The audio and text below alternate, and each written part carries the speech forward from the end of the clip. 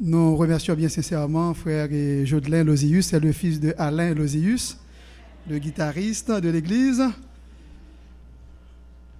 Peuple de Dieu, encore un autre moment de louange nous est offert, où chaque adorateur aura le privilège de s'adresser à celui qui convoque la terre depuis le soleil levant jusqu'au soleil couchant, El Shaddai, le Tout-Puissant. C'est lui qui nous promet de venir nous chercher et de nous introduire dans son royaume de gloire et de félicité. Mais les jours qui précéderont son retour seront particulièrement mauvais et terribles, car la méchanceté des hommes battra son plein, période à laquelle nous vivons. Restons vigilants, ayons la conviction qu'après la nuit vient l'aurore, et vivons le temps du réveil. Oui, nous vous invitons dans un esprit d'adoration et de louange à vous lever et à entonner ces paroles trouvées au numéro 535, Seigneur, que la terre entière, et 536, Sentinelle vigilante de nos hymnes et louanges. Levez-vous, frères et sœurs. C'est Martial.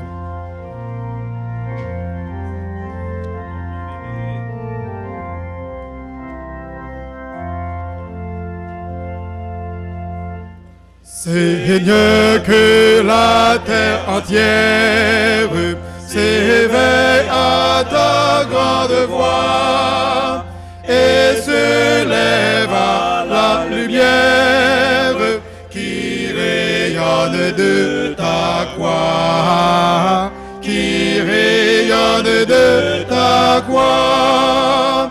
Après la nuit vient l'aurore. Voici l'heure du réveil, que tout amour divin soleil te contemple et t'adore.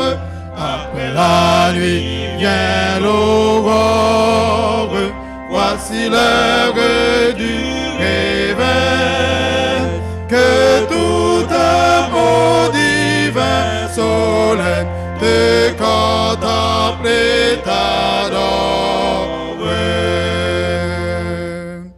Ton sang lave notre crime et dissipe nos remords. En mourant sainte victime, tu fais renaître les morts. Tu fais renaître les morts. Après la nuit vient l'aurore. Voici l'heure du réveil. Que tout amour divin soleil te contemple et t'adore. Après la nuit vient l'aurore. Voici l'heure du réveil, que tout amour divin soleil te contemple et t'adore. Arrache à l'enfer sa proie, tout puissant ressuscité, c'est ma pleine la joie sur ce monde dévasté, sur ce monde dévasté. Après la nuit vient l'aurore, voici l'heure du réveil, que tout amour divin soleil te contemple et t'adore. Après la nuit vient l'aurore, voici l'heure du réveil, que tout amour divin soleil te contemple et t'adore. Que la source soit tarie de vos pleurs, vous qui pleurez, par l'espoir de la patrie, oh bientôt vous entrerez, oh bientôt vous entrerez, après la nuit vient l'aurore, voici l'heure du réveil, que tout amour divin soleil te contemple et t'adore.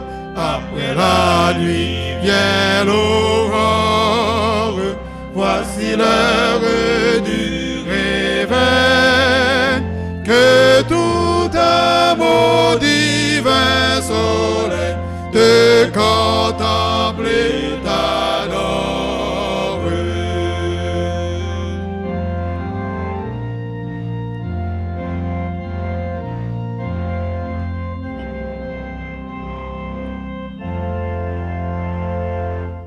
Erreur, péché, mortel, fuyez dans le noir passé, pour moi la vie éternelle, par Jésus a commencé, par Jésus a commencé, après la nuit vient l'aurore, voici l'heure du réveil, que tout amour divin soleil te contemple et t'adore.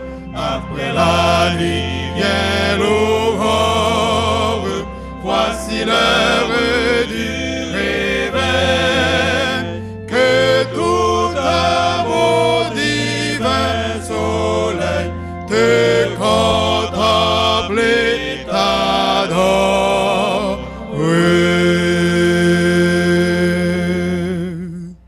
Sentinelle vigilante, le numéro 536.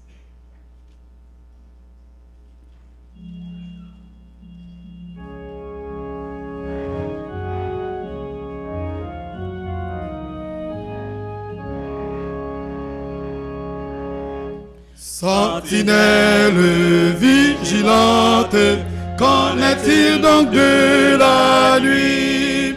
Dites à l'âme somnolente que déjà le matin nuit.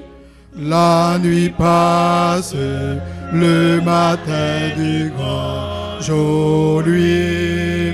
Sentinelle, sois au poste jour et nuit. Sentinelle, sois au poste jour et nuit. Les gardes sur la muraille nous l'ont dit, entendez-vous? Au loin gronde la bataille, tout est sombre autour de nous. La nuit passe, le matin du grand jour lui. Sentinelle, sois au poste jour et nuit. Sentinelle, sois au poste jour et nuit.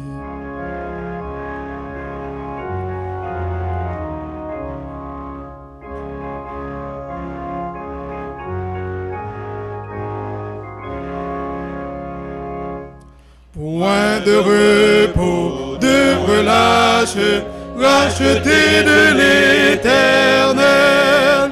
Travaillez à votre tâche, car Jésus revient du ciel. La nuit passe, le matin du grand jour lui. Sentinelle, sois au poste jour et nuit. Sentinelle, sois au poste jour et nuit. Oui, c'est à ce Dieu, ou c'est à Dieu que nous devons adoration, exaltation, vénération, puisqu'il est notre espérance et notre délivrance. Chantons de tout notre cœur ces paroles trouvées au numéro 455, gémissant sur l'esclavage.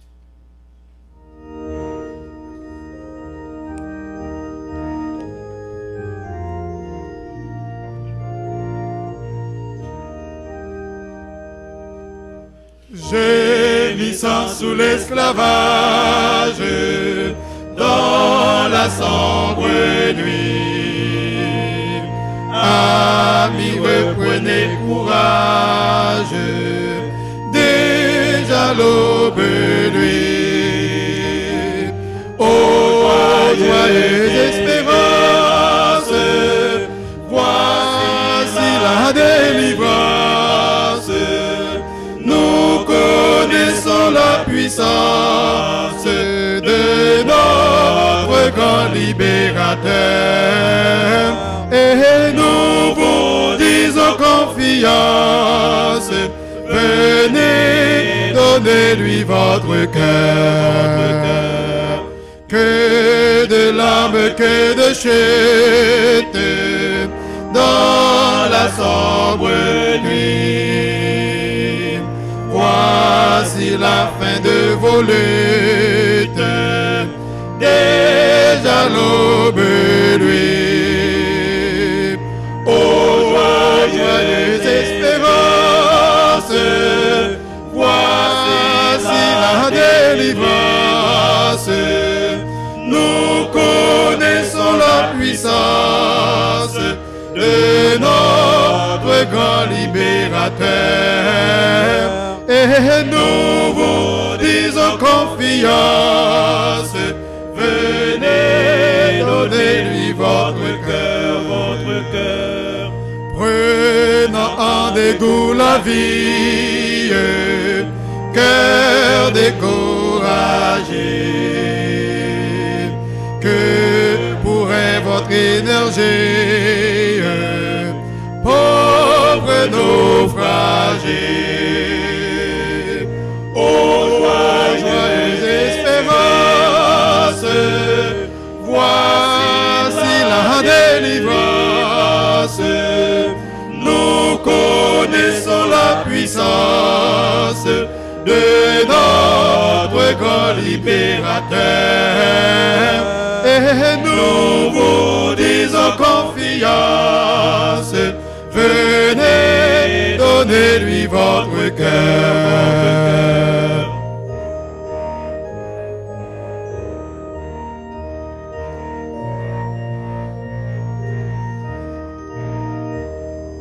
Lui qui fit tomber nos chaînes et nous a franchis, voit aussi vos luttes vaines dans la sombre nuit. Ô joyeuse espérance, voici la délivrance. Croyez donc à la puissance de notre grand libérateur. Et venez avec confiance, venez, donnez-lui votre cœur. Alléluia. Que le Seigneur vous bénisse, frères et sœurs.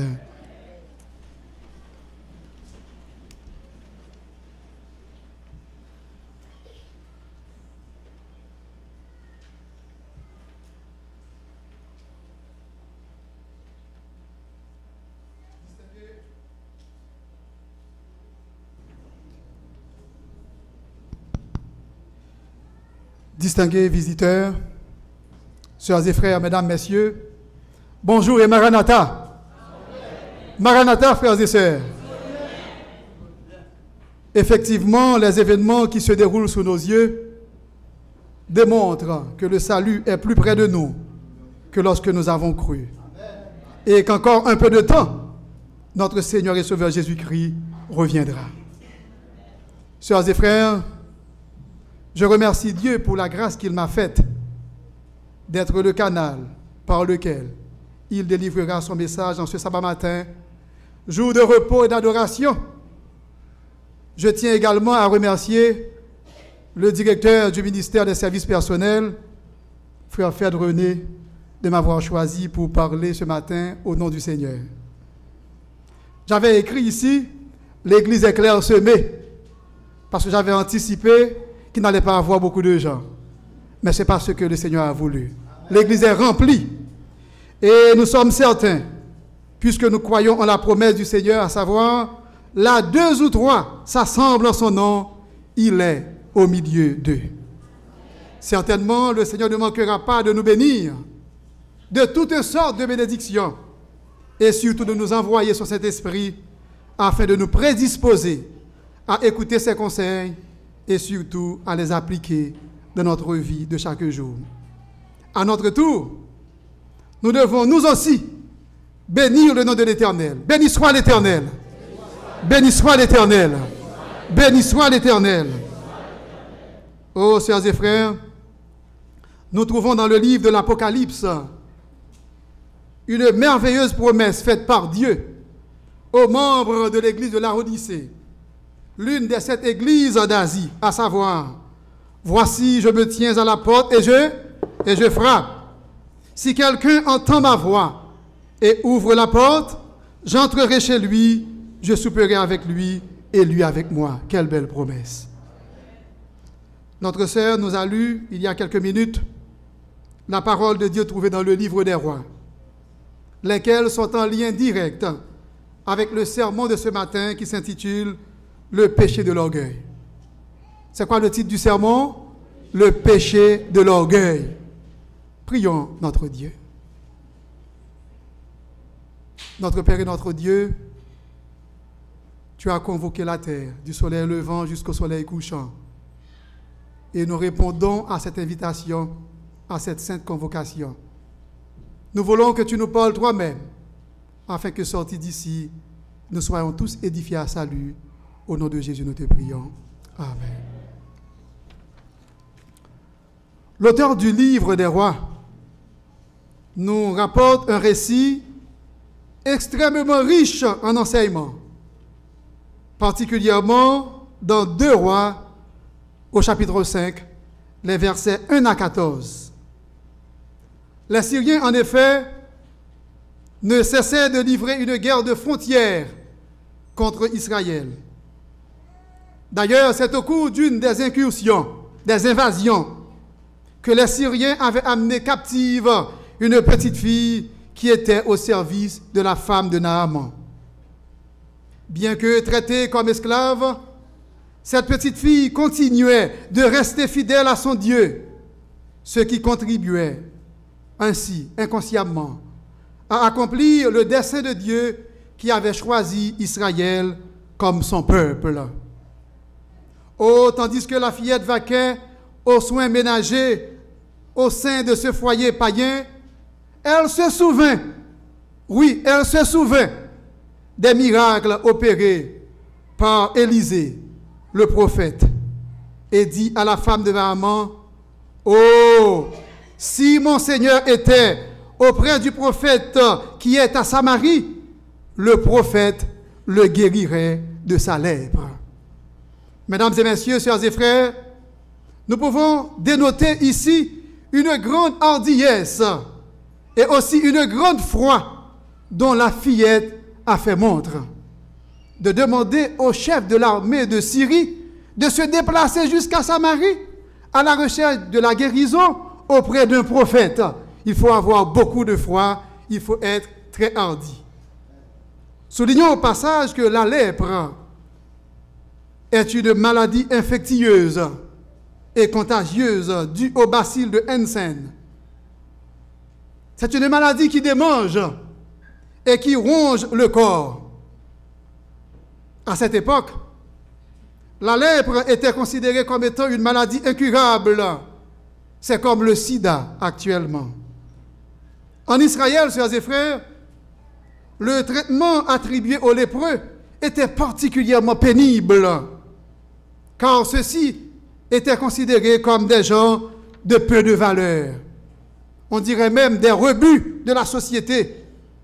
des gens qui devaient utiliser des cloches pour annoncer leur arrivée, des gens qui devaient crier à haute voix, nous sommes des lépreux, nous sommes impurs. Parallèlement, en Syrie, Naaman demeurait en fonction en dépit de la lèpre qui pourrissait son corps. On pourrait dire que les Syriens étaient plus cléments envers les malades, car Naaman demeurait encore en fonction en tant que chef de l'armée de Syrie, une grande armée qui a conquis beaucoup de peuples.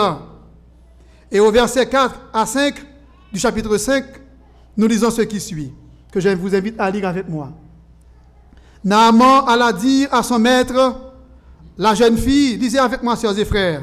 Naaman allait dire à son maître, la jeune fille du pays d'Israël a parlé de telle et telle manière.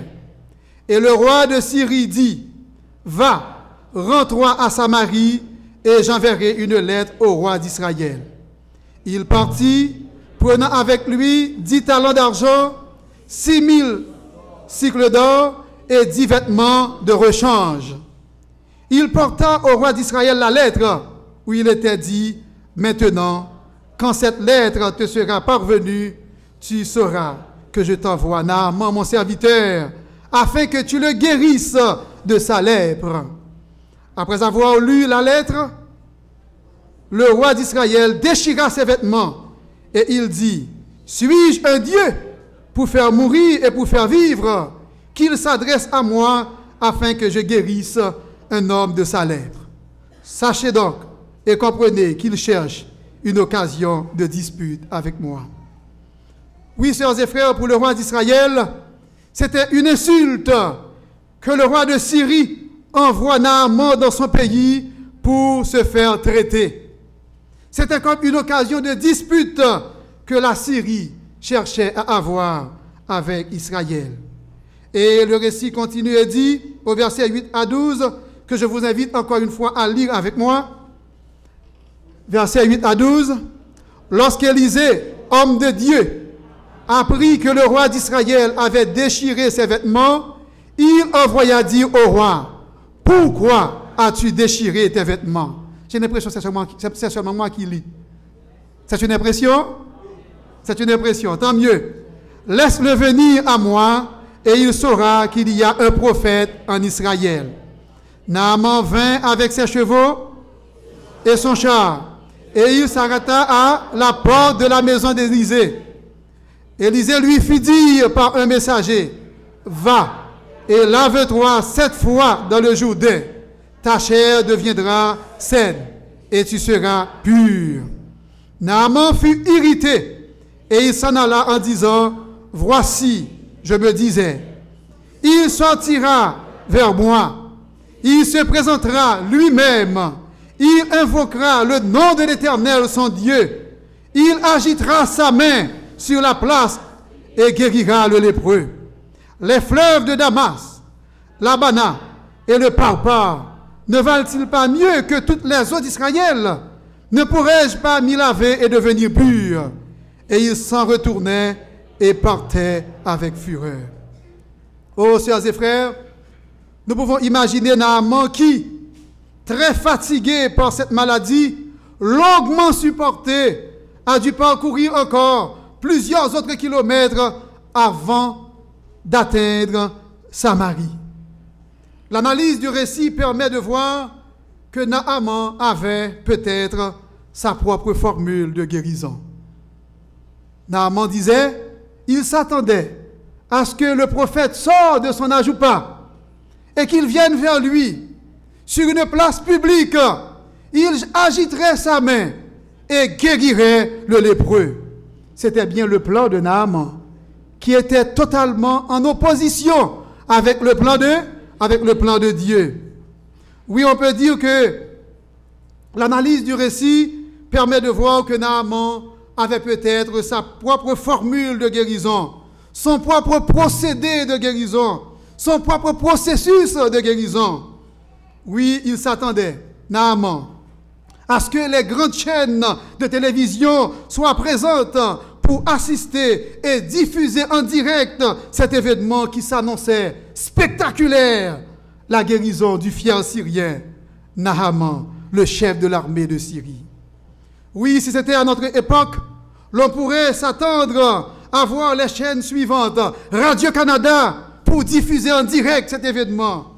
TV5 pour la France pour diffuser en direct pour toute la France cet événement. On pourrait s'attendre également à avoir pour les États-Unis CNN, Fox, ABC pour diffuser cet événement. Et pour le Moyen-Orient, on pourrait s'attendre à avoir Al Jazeera. Car selon Naaman, il voulait que tout le monde voie que le prophète sort de son ajoupa et agite sa main et guérit le lépreux. Oh, rempli d'orgueil, Naaman se révoltait contre les instructions du prophète, lesquelles étaient d'une grande clarté et d'une simplicité extraordinaire. Va, plonge-toi dans le Jourdain 7 fois et ta peau deviendra saine et tu deviendras pur. Quelle clarté, sœurs et frères! Permettez-moi de vous dire que les fleuves mentionnés par Naaman étaient en effet rehaussés par des rives ombragées que de nombreux idolâtres recherchaient pour adorer leur Dieu. Certainement, Naaman n'aurait éprouvé aucune difficulté, voire aucune humiliation d'aller se plonger dans l'un de ces fleuves. Mais pour être guéri, Naaman devait suivre les instructions précises du prophète, à savoir, va, plonge-toi 7 fois dans le Jourdain et ta peau deviendra saine et ta peau deviendra pure. Oui, chers amis, mesdames, messieurs, seule une obéissance volontaire pouvait apporter le résultat désiré, à savoir la guérison. Aussi, Dieu pouvait-il guérir Naaman de sa lèpre tandis qu'il était en route vers la Samarie? Car le fait de se déplacer de son pays, la Syrie, pour aller en Israël, puis en Samarie, c'était déjà un acte de foi. N'est-ce pas vrai? C'était un acte de foi. Il pourrait dire, laissez-moi mourir de ma lèpre. Mais il a accepté, en apprenant le discours de la petite fille. Il a été voir le roi. Et finalement, il a accepté de prendre 10 vêtements de rechange. Pourquoi? Parce qu'il allait parcourir beaucoup de kilomètres. Et n'oubliez pas, il était lépreux. Mais Dieu voyait le péché de l'orgueil qui envahit le cœur de Naaman et sa pensée. Oui, Dieu voulait lui donner une leçon de sagesse et d'humilité. Car la Bible déclare, Dieu résiste aux orgueilleux, mais il fait grâce aux humbles. Le récit continue et dit au verset 13 et 14, que je vous invite à lire avec moi, versets 13 et 14, toujours chapitre 5. Mais ses serviteurs s'approchèrent pour lui parler, et ils dirent, mon père, si le prophète t'eût demandé quelque chose de difficile, ne l'aurais-tu pas fait? Combien plus dois-tu faire ce qu'il t'a dit? Lave-toi, et tu seras pur. Et on peut imaginer Naaman qui regardait à gauche et qui regardait à droite et qui attendait à ce que tout le monde dise à Naaman, go, go Naaman, tu es capable. Go Naaman, go Naaman. Il avait besoin de l'encouragement car il était rempli d'orgueil.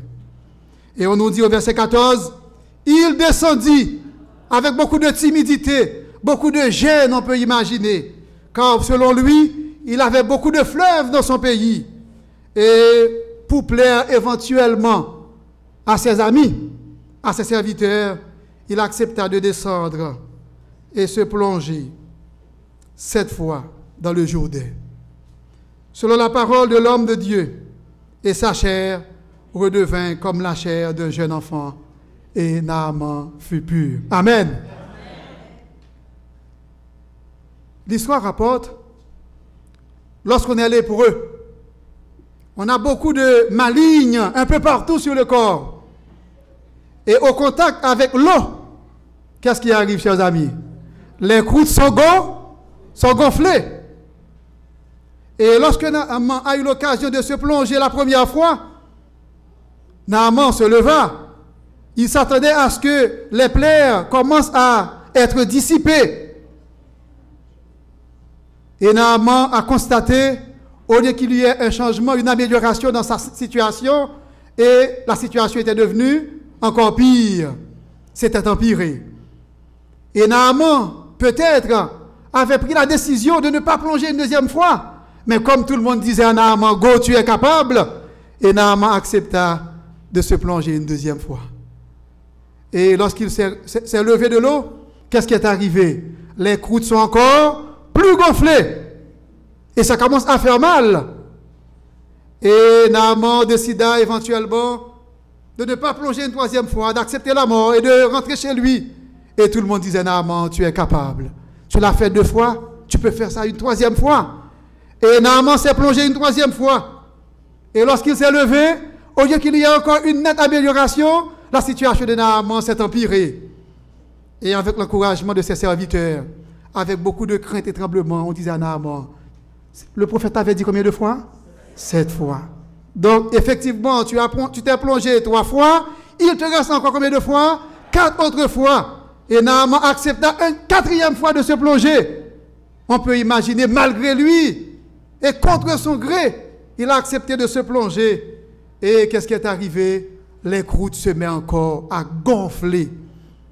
Et s'il y avait des vagues dans ce fleuve, qu'est-ce qui est arrivé? Et l'eau commence à ramasser, à enlever les croûtes des malignes.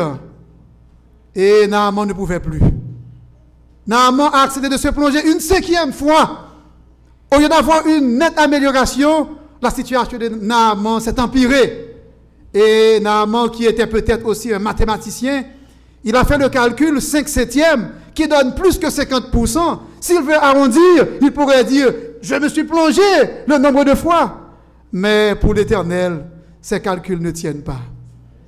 Le prophète avait dit clairement à Naaman, sans même laisser son ajout pas, va, plonge-toi combien de fois? 7 fois. Et ta peau deviendra comment? Saine. Et tu deviendras pur. Et Naaman, enfin, a accepté de se plonger une 6e fois. Et après la 6e fois, on pourrait imaginer que son corps n'avait plus de maligne, parce que toutes les croûtes auront été disparues. Et finalement, c'est Naaman qui est devenu tout rouge, rempli de sang. Mais sauf que le prophète avait dit de te plonger 7 fois. Et effectivement, enfin, il a pris son courage à 2 bras. Il a accepté de se plonger une 7e fois. Et lorsque Naaman sortait de l'eau, la Bible nous dit, sa chair redevint comme la chair d'un jeune enfant. Et il fut pur. Amen. Amen. Oh, chers amis, mesdames, mesdemoiselles et messieurs, la foi de Naaman a été mise à rude épreuve, alors que son orgueil le poussait à la révolte. Enfin, le fier syrien, dominant son orgueil, se soumit à la volonté de Dieu en acceptant de se plonger dans les eaux du Jourdain, selon les indications exprimées, précises du prophète. Sa foi fut récompensée, car sa chair redevint comme celle d'un bébé, et il fut pur. Mesdames, mesdemoiselles et messieurs, le prophète Ésaïe déclare, si vous avez de la bonne volonté et vous êtes docile, vous mangerez les meilleures productions du pays. Mais si vous résistez et vous êtes rebelles, vous serez dévorés par le glaive, dit l'Éternel des armées, dans Ésaïe, chapitre 1er, versets 19 et 20. Chers amis visiteurs, chers amis qui m'écoutez, laissez-moi vous dire que l'orgueil qui habitait l'esprit de Naaman était plus dangereux que la lèpre qui rongeait son corps. Qu'est-ce que j'ai dit, chers amis? La lèpre qui habitait l'esprit de Naaman était plus dangereux que l'orgueil qui habitait l'esprit de Naaman était plus dangereux que la lèpre qui rongeait son corps. Son orgueil a failli nuire à sa guérison physique et surtout à sa guérison spirituelle. Dans le même ordre d'idées, la Bible présente certains personnages très orgueilleux qui malheureusement ont connu une fin assez tragique. Nous voulons parler de Nebuchadnezzar, le roi puissant de Babylone, dans Daniel 4, versets 29 à 32, que je vous invite à lire avec moi. Daniel chapitre 4, verset 29 à 32. Nous lisons ce qui suit. Daniel chapitre 4, verset 29 à 32. Merci. Au bout de 12 mois, comme il se promenait dans le palais royal à Babylone, voulant parler de Nebuchadnezzar, le roi prit la parole et dit, « N'est-ce pas ici, Babylone la grande, que j'ai bâtie comme résidence royale par la puissance de ma force, pour la gloire de ma magnificence ?» Et la Bible nous dit, la parole était encore de la bouche du roi, qu'une voix descendit du ciel. « Apprends, roi Nebuchadnezzar, qu'on va t'enlever le royaume. On te chassera du milieu des hommes. Tu auras ta demeure avec les bêtes des champs et te donnera comme au bœuf de l'herbe à manger. Et 7 ans passeront sur toi jusqu'à ce que tu saches que le Très-Haut domine sur le règne des hommes et qu'il le donne à qui il lui plaît. » Ô Belshazzar, le fils de Nebuchadnezzar, n'avait rien appris de ce qui avait arrivé à son père, Nebuchadnezzar. C'est ainsi que dans Daniel 5, les versets 3 à 6, que je vous invite encore à lire avec moi, nous lisons ce qui suit. Alors, on apporta les vases d'or qui avaient été enlevés du temple de la maison de Dieu à Jérusalem. Et le roi et ses grands, ses femmes et ses concubines s'en servirent pour boire. Le verset 4. Ils burent du vin et ils louèrent les dieux d'or, d'argent, d'airain, de fer, de bois et de pierre.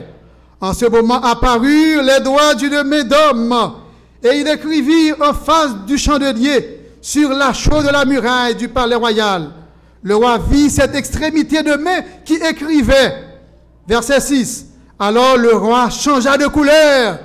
Il était devenu bleu et ses pensées le troublèrent. Les jointures de ses reins se relâchèrent et ses genoux se heurtèrent l'un contre l'autre. Qu'est-ce qui était écrit?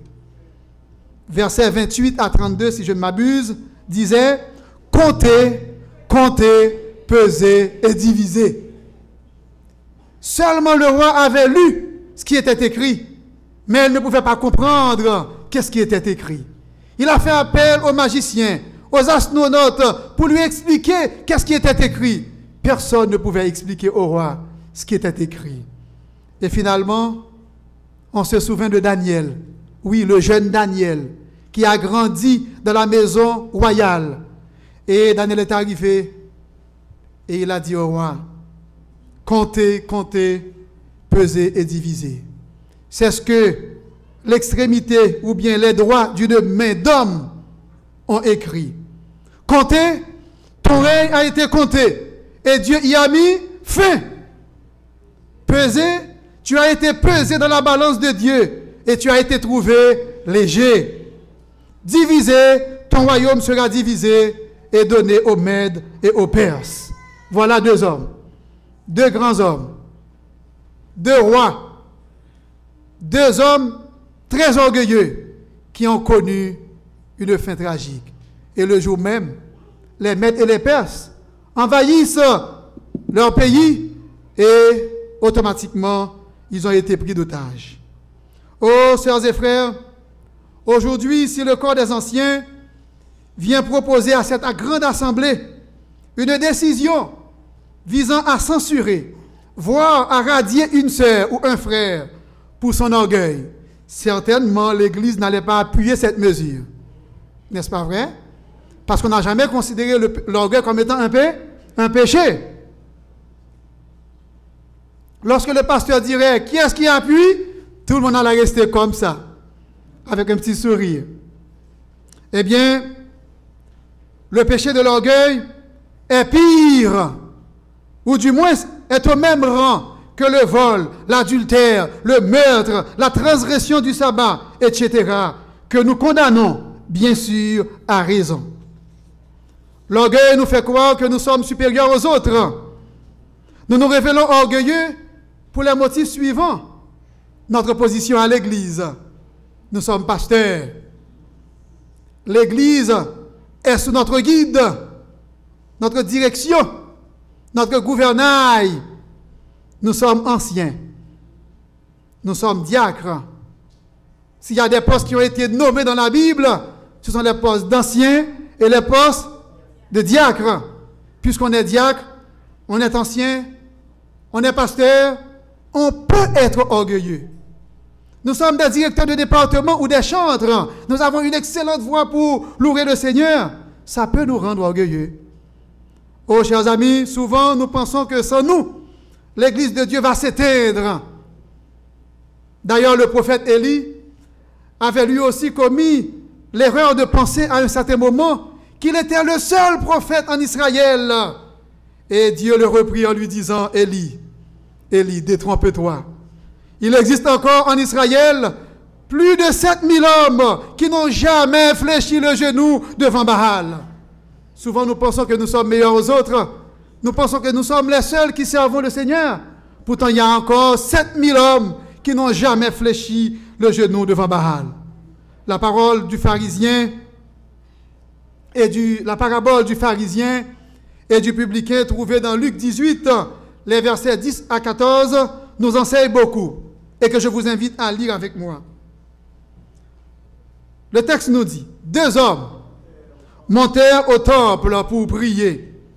L'un était pharisien et l'autre publicain. Le pharisien debout priait ainsi en lui-même, « Ô Dieu, je te rends grâce de ce que je ne suis pas comme le reste des hommes, qui sont ravisseurs, injustes, adultères, ou même comme ce publicain. Je jeûne 2 fois à la semaine. Je donne la dîme de tous mes revenus. » Le publicain,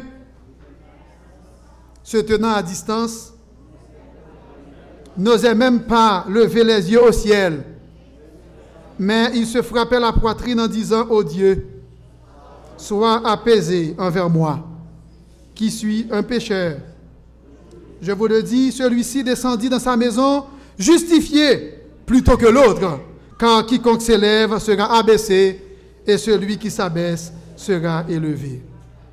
Oh, chers et frères, chers amis, il existe encore d'autres raisons qui peuvent pousser quelqu'un à être orgueilleux.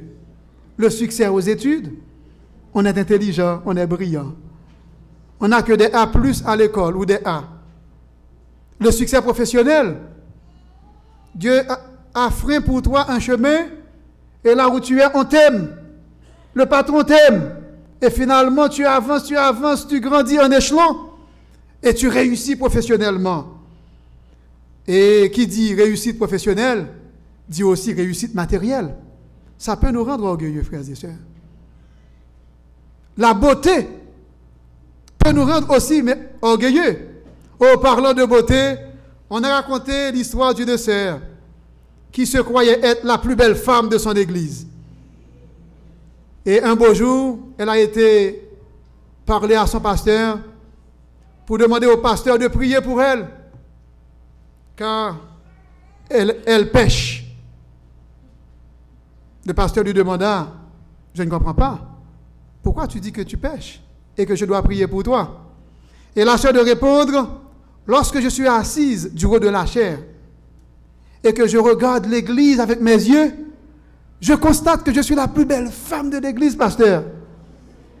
Donc je vous demande, pasteur, de prier pour moi. » Et le pasteur de dire à la sœur, « Ce n'est pas un péché, ma sœur. C'est une erreur. Car tu n'es pas la plus belle sœur de l'église. » Oh, sœurs et frères, un philosophe français a dit, « On ne doit jamais se prévaloir de sa supériorité physique ou morale, qui n'est que relative. » D'ailleurs, Jésus nous dit, « Je suis venu pour servir et non pour être servi. » Mesdames, messieurs, sœurs et frères, les choses que Dieu a faites pour nous et dans notre vie doivent être utilisées pour sa gloire et non pour la nôtre. Du moins, c'est ce que nous lisons dans Jérémie 9, 23 et 24 que je lis pour vous.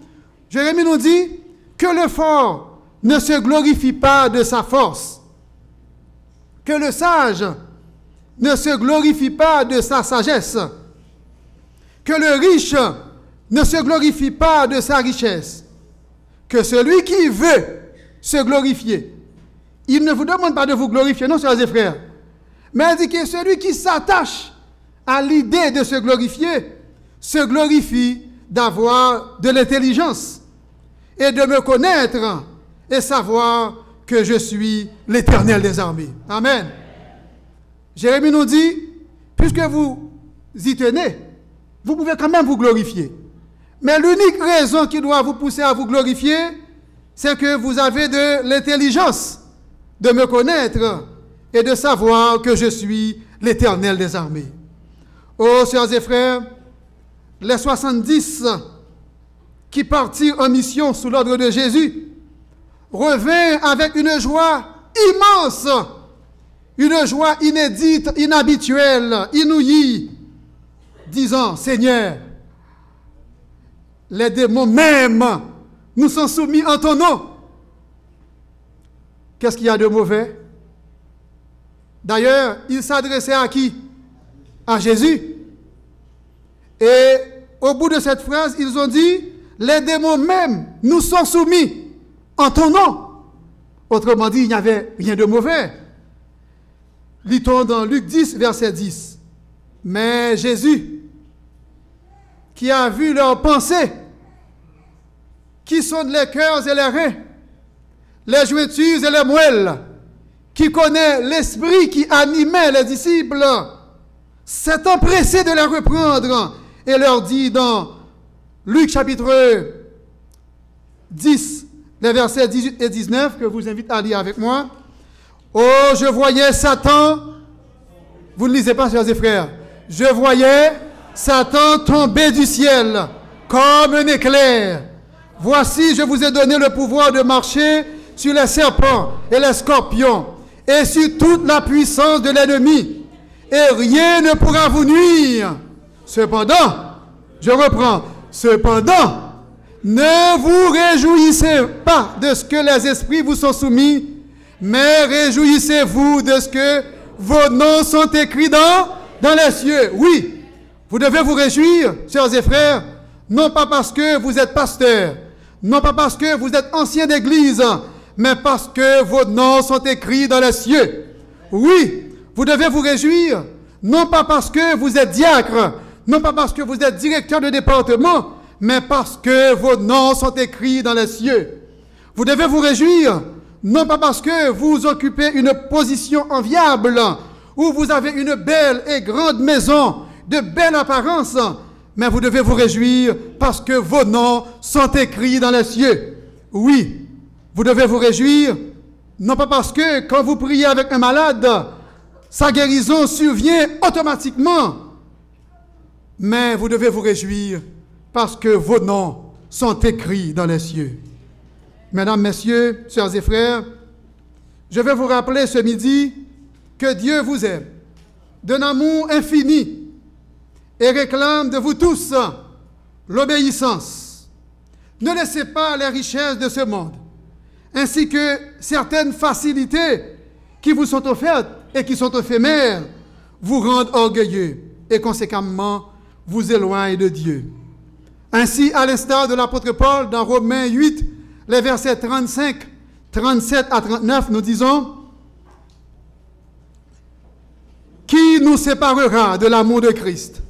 Sera-ce la tribulation ou l'angoisse, ou la persécution ou la faim, ou la nudité ou le péril ou l'épée? Mais dans toutes ces choses, nous sommes plus que vainqueurs par celui qui nous a aimés. » Que tout le monde dise avec moi, « Car j'ai l'assurance que ni la mort, ni la vie, ni les anges, ni la domination, ni les choses présentes, ni les choses à venir, ni les puissances, ni la hauteur, ni la profondeur, ni aucune autre créature ne pourra nous séparer de l'amour de Dieu, manifesté en Jésus-Christ notre Seigneur. Et désormais, si je vis, ce n'est plus moi qui vis, mais c'est Christ qui vit en moi. Christ vit en moi, je reste et demeure un laïc engagé pour le Seigneur, et ce, jusqu'à son retour. Que Dieu vous bénisse.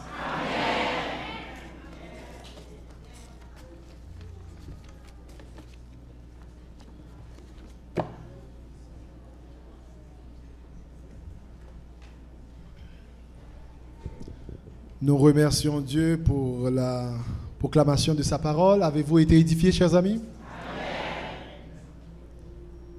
Nous servons un Dieu tout-puissant. Certainement, si vous croyez dans cette parole, ce que Dieu avait fait pour Naaman, il est prêt à le faire pour vous, car le sang de Christ peut représenter ce fleuve capable de nous délivrer de la lèpre du péché. N'est-ce pas vrai? Alors, chers amis, nous allons exécuter le dernier chant au programme de ce matin, comme un enfant qui sert son père. Tel est le titre du chant. Mais c'est une invitation à servir Dieu comme un enfant, obéissant à sa parole. Et lui, il ne manquera pas de nous bénir, de nous guérir de tous nos péchés. Mettons-nous debout pour chanter ces belles paroles, trouvées au numéro 488. Merci.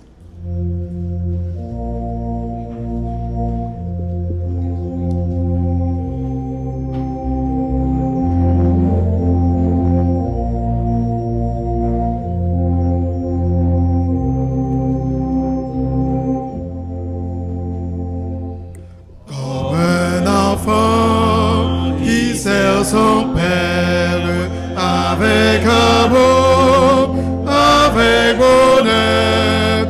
Je veux t'aimer, je veux te plaire, te servir, ô Dieu, mon Sauveur. Je veux t'aimer, je veux te plaire, te servir, ô Dieu, mon Sauveur.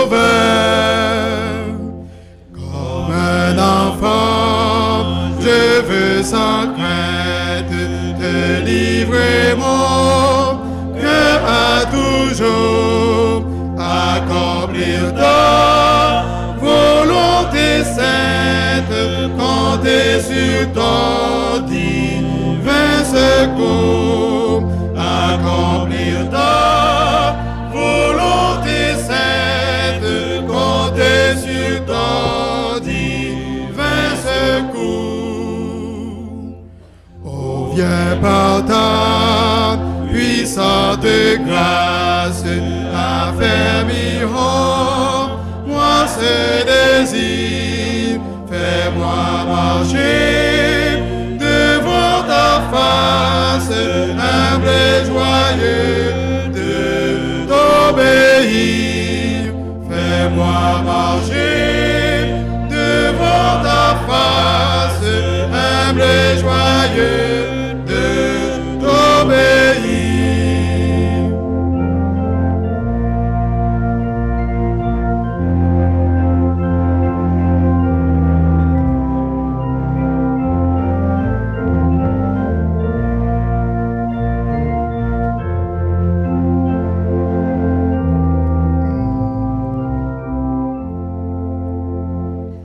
De ton esprit remplis mon âme, de ton amour remplis mon cœur, en moi toujours brûle la flamme du saint zèle et de la ferveur, en moi toujours brûle la flamme du saint zèle et de la ferveur.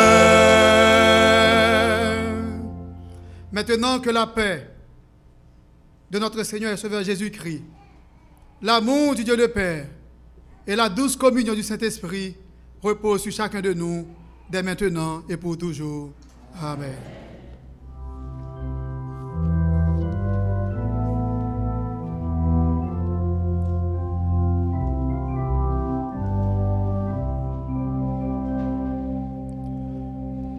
Ô Seigneur,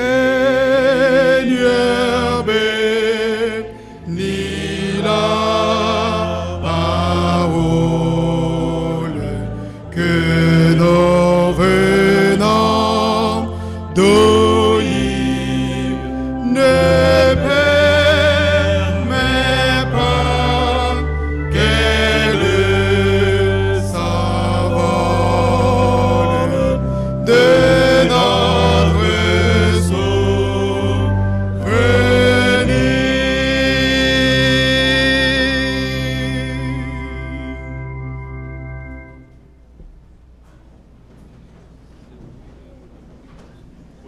partie, nous chantons au numéro 274.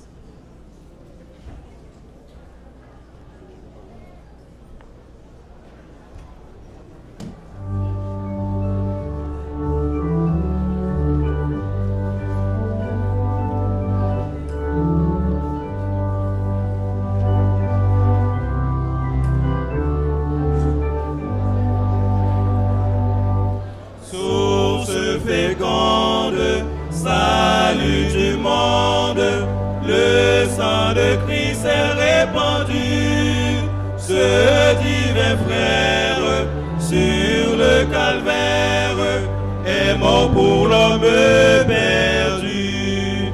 Oui, je veux croire, oui, je veux croire que Jésus-Christ est mort pour moi, sa mort sanglante et triomphante me rend libre par la foi. En Jésus joyeux, il est la voie qui nous mène toujours au but. Jésus pardonne, il n'est personne, il repousse du salut. Oui, je veux croire, oui, je veux croire que Jésus-Christ est mort pour moi, sa mort sanglante et triomphante me rend libre par la foi.